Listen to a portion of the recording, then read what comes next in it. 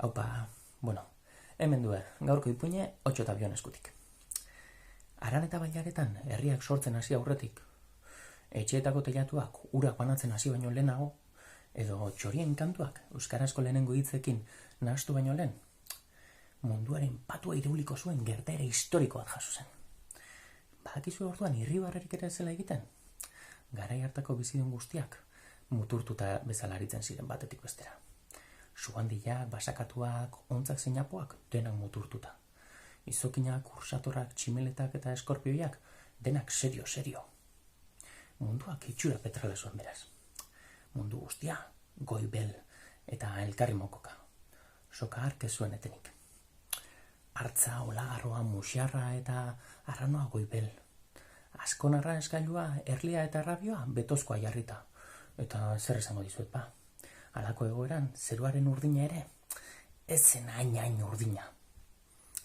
Egun batean, han zehar zebilen otxokume bat, taldetik aldendu zen.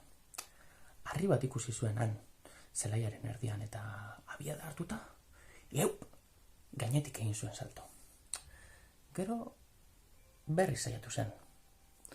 Urrena, abiadarik hartu gabe. Gero, goitik bera.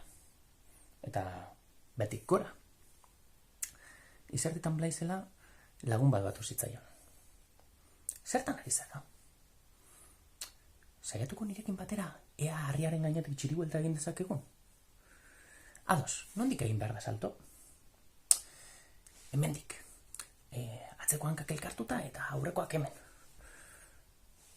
Eta salto egin, txiribuelta eman, eta lurrera erortzearekin batera. Irribarre bat. Sortu berri zuten lehenengo jolas horren ondorio. Irribarrea eta jolasa, eskutik helduta, mundu osora zabaldu ziren ziztuan. Zeruak ere kolore urdinago hartu zuen, eta bai ados.